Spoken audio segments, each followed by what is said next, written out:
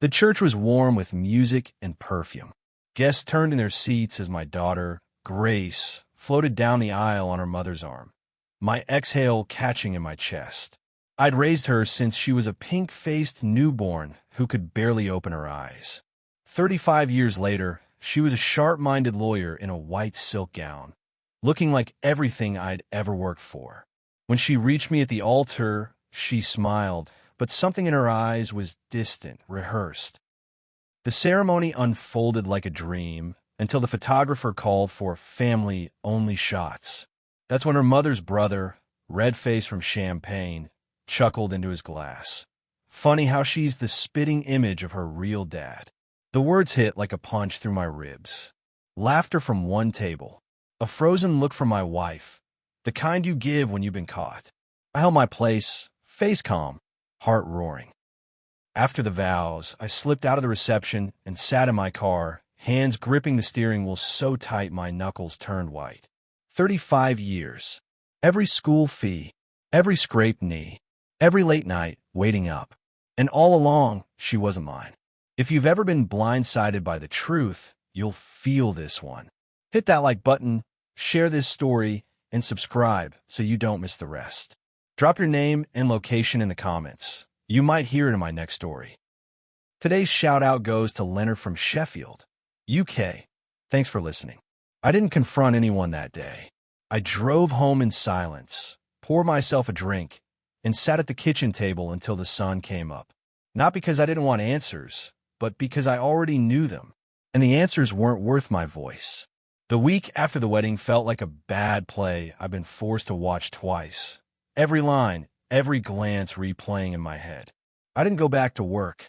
I didn't answer calls. My wife, Margaret, tiptoed around me like I was made of glass.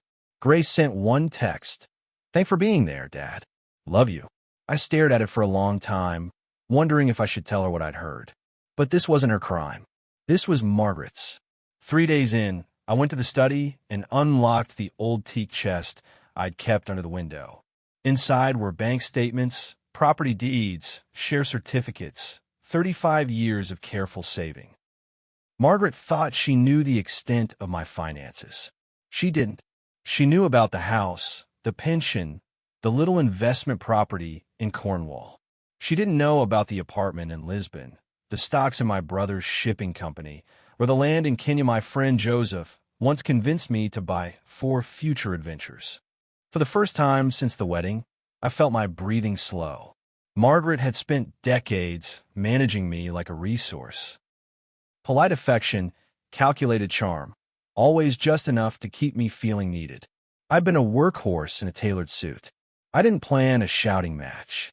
I didn't want one. I wanted her to wake up one day and find the life she'd built on my back had vanished like fog. I began moving funds quietly, liquidating stocks, transferring titles, rerouting pensions. Every step was legal, deliberate, and visible. A lifetime of discipline at sea had taught me patience. This was just another long voyage. By the end of the week, I had 2 piles in my ledger, 90% marked for charity and the rest for me. Margaret's name was nowhere.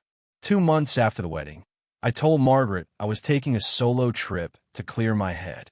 She didn't protest. She probably thought I'd come back calmer, ready to swallow the truth like a bitter pill. She didn't know the trip was one way. First stop was Lisbon.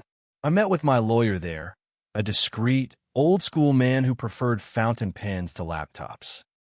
We finalized the sales of my overseas assets, including the Kenyan land. The funds moved directly into accounts earmarked for charities, orphanages, women's shelters, a marine conservation group I'd once volunteered with. Every signature felt like setting down a weight I'd carried too long. From Lisbon, I flew to Nairobi. Joseph greeted me at the airport, laughing like we were 20 again. He drove me to a quiet coastal town in Lamu County, where the ocean stretched wide and the air smelled of salt and hibiscus.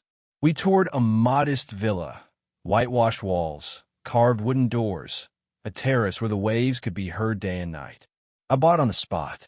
Back in England, the trap was already set. The house Margaret loved so much, The one she assumed she'd live in until her last breath had been sold. The papers were filed. The proceeds? Gone to charity. Her name had never been on the deed, so she had no claim. The divorce petition would hit her desk in days, along with a notice to vacate. I didn't add a note. No explanations. Just clean, final paperwork. In the eyes of the world, I was simply gone. No scandal. No headlines. Just absence.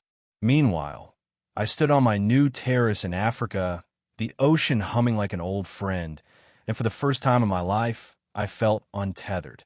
The letter arrived on a Wednesday morning. Margaret was in her robe, sipping coffee, when the postman slid it through the slot.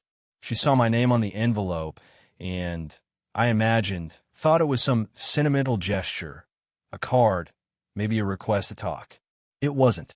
Inside was the divorce petition, the property sale confirmation, and the court order requiring her to vacate the house within 30 days.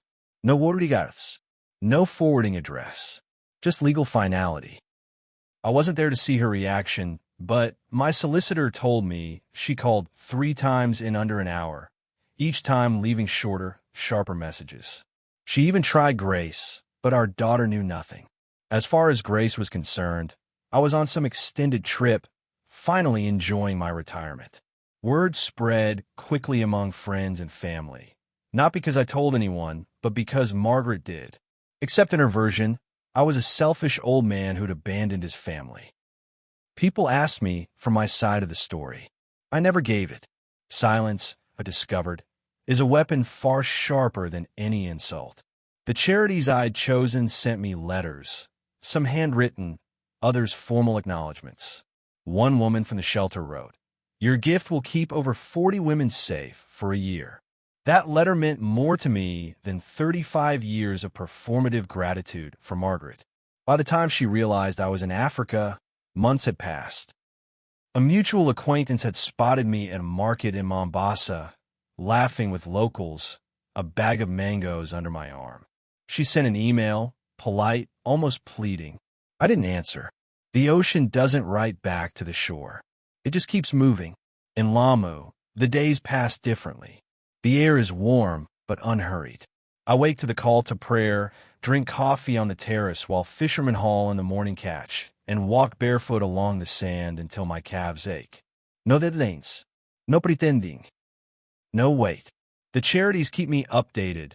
Photos of children in new school uniforms, letters from women who now have a safe roof over their heads, reports of coral reefs being restored. My fortune, once fuel for a hollow marriage, had become an anchor for lives I'd never meet but cared for all the same. Margaret never saw a cent. Last I heard, she'd moved in with her sister, still telling anyone who'd listened that I'd lost my mind. Maybe I had. The kind of madness that comes from finally living for yourself. Grace wrote to me twice. Her words were kind but careful, as if she sensed there was more to the story. I didn't tell her about that night at the wedding. Some truths don't heal, they only break.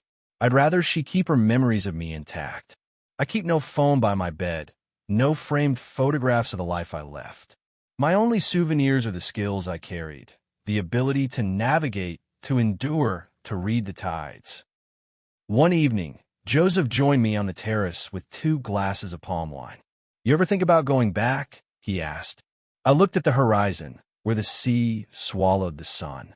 "I'm back," I said. The waves moved in and out, like a man breathing freely at last. If this story left you thinking about what peace really means, hit that like button, share it with someone who needs to hear it, and drop your name and location in the comments. You might hear in my next story.